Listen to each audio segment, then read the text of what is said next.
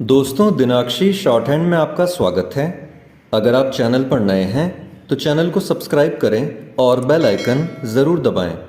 आज की संपादकीय डिक्टेशन 740 शब्दों की एक डिक्टेशन रहेगी जो कि 80 शब्द प्रति मिनट की गति से बोली जाएगी। अगर आपको उस डिक्टेशन की स्पीड को 100 शब्द प्रति मिनट करना हो तो आप YouTube पर स्पीड के ऑप्शन में जाकर स्पीड को 1.25 कर सकते हैं। इस डिक्टेशन की डेमो आउटलाइंस आप हमारे टेलीग्राम ग्रुप से प्राप्त कर सकते हैं। और अगर आपको इस संपूर्ण संपादकीय मैटर की सभी एडवांस आउटलाइंस और वाक्यांश की आवश्यकता है तो आप हमारा स्पेशल पेड बैच ज्वाइन कर सकते हैं।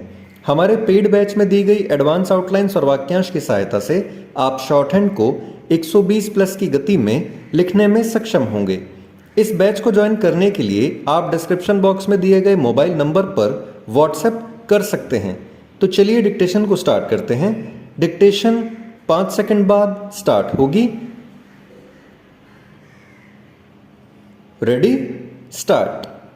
एशिया कप में पाकिस्तान से मैच हारने के बाद भारतीय टीम के गेंदबाज अर्शदीप सिंह के खिलाफ इंटरनेट मीडिया पर जैसा शरारत भरा अभियान चलाया गया और यहाँ तक कि उनके विकिपीडिया पेज में छेड़छाड़ कर उन्हें खालिस्तानी करार दिया गया, वह भारत विरोधी ताकतों की निरंकुशता को ही बयान करता है। इससे संतुष्ट नहीं हुआ जा सकता कि सरकार की ओर से विकिपीडिया के अधिकारों से जवाब तलब किया गया है, क्योंकि अभी तक का अनुभव यही बताता है कि इस तरह के इंटरनेट प्लेटफॉर्म न तो भारत सरकार की ओर से बनाए गए कानूनों का पालन करने के लिए तैयार हैं और न ही भारतीय हितों को नुकसान पहुंचाने वाले तत्वों पर लगाम लगाने के लिए। अब इसमें संदेह नहीं कि अर्शदीप सिंह के खिलाफ ट्विटर पर जो अभियान चलाया गया उसमें पाकिस्तानियों की भूमिका थी। चिंता की बात यह है कि उनका साथ कुछ ऐसे भारतीयों ने भी दिया जो पहले भी इस तरह की हरकतें कर चुके हैं। इनमें वे भी हैं जो खुद को कथित तौर पर तथ्यों की पड़ताल करने और फर्जी खबरों से लड़ने वाला बताते हैं। इसकी अनदेखी नहीं की जानी चाहिए कि एक ऐसे ही स्वयंभू फैक्ट चेकर ने नुपुर शर्मा मामले में देश के लिए मुश्किलें खड़ी करने का काम किया था। इसी तरह यह भी एक तथ्य है कि जैसा अभियान गत दिवस अर्शदीप सिंह के खिलाफ चलाया गया, वैसा ही कुछ समय पहले क्रिकेटर मोहम्मद शमी के विरुद्ध भी चलाया गया था। यह अभियान भी पाकिस्तान प्रायोजित था। तथाकथित किसान आंदोलन के समय भी ट्विटर ने भारतीय हितों के खिलाफ सक्रिय तत्वों का काम आसान किया था। ट्विटर किस तरह भारत विरोधी तत्वों का पसंदीदा मंच बन गया है, इसका पता उस टूल किट से चला था जिसे कथित पर्यावरण हितैषी ग्रेटा थनबर्ग ने साझा किया था। ट्विटर किस तरह बेलगाम है, इसका संकेत पिछले सप्ताह केंद्र सरकार की ओर से कर्नाटक उच्च न्यायालय को दी गई इस जानकारी से मिला कि यह प्लेटफॉर्म उसकी ओर से बनाए गए कानूनों का उल्लंघन करने में लगा हुआ है।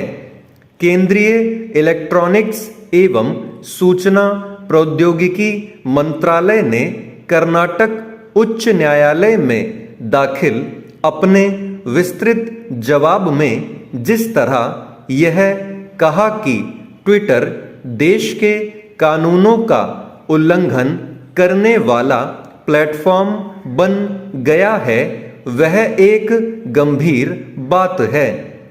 इससे भी गंभीर बात यह है कि तमाम प्रयासों के बाद भी सरकार ट्विटर को अपने बनाए नियम कानूनों के दायरे में काम करने के लिए बाध्य नहीं कर पा रही है।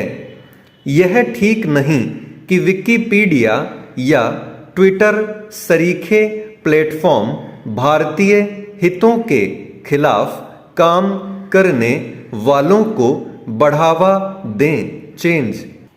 पंजाब में पुलिस की कारगुजारी को लेकर लगातार सवाल उठ रहे हैं। इससे पुलिस की साख पर तो असर पड़ ही रहा है, कानून व्यवस्था के लिए भी चुनौती पैदा हो रही है।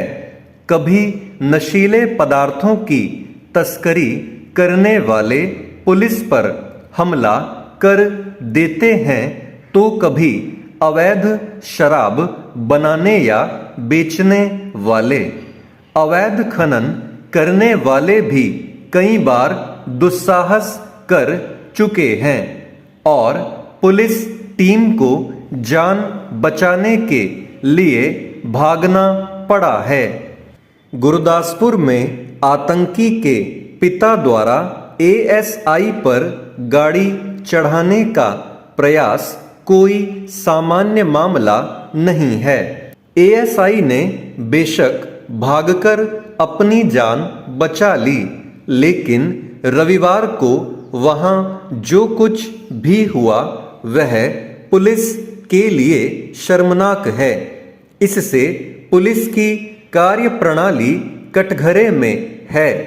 आखिर पुलिस को मामले की गंभीरता का अंदाजा क्यों नहीं लग पाता है कि वह किसकी तलाश में छापे मारने जा रही है। हैंड ग्रेनेड मामले में पकड़ा गया आतंकी, जिसके पाकिस्तान में बैठे आतंकियों से भी संबंध बताए जा रहे हों, उसके घर छापा मारने के लिए आखिर बिना पर्याप्त तैयारी के पुलिस कैसे पहुंच गई? आतंकी के माता पिता, बहन इत्यादि ने घर का दरवाजा बंद कर दिया और तलाशी नहीं लेने दी, तो क्या पुलिस खाना पूर्ति करने के लिए वहां गई थी? इतना ही नहीं, पुलिस के सामने ही आतंकी के परिवार वाले कार में सवार होकर फरार हो गए और पुलिस उनको पकड़ नहीं सकी। इससे शर्मनाक पुलिस के लिए और क्या हो सकता है? इस मामले में भी पुलिस ने 4 लोगों के खिलाफ उसी तरह केस दर्ज कर लिया है जैसे आतंकी और अस्पताल में तैनात पुलिस कर्मचारियों के खिलाफ दर्ज किया है। आतंकी तो पुलिस के हत्थे नहीं ही चढ़ा। आश्चर्यजनक यह है कि अस्पताल में तैनात 4 एएसआई का भी पुलिस अभी तक पता नहीं लगा सकी है कि वे कहां पर हैं। आखिर ऐसा कैसे हो सकता है कि एक आतंकी की निगरानी में तैनात 4 एएसआई के बारे में पुलिस को पता ही ना चल सके? सरकार को ऐसे पुलिस अधिकारियों व कर्मचारियों की समय रहते पहचान करनी होगी जिनकी गतिविधियां संदिग्ध हैं। साथ ही यह भी सुनिश्चित करना होगा कि ऐसी घटना की पुनरावृत्ति न हो। स्टॉप।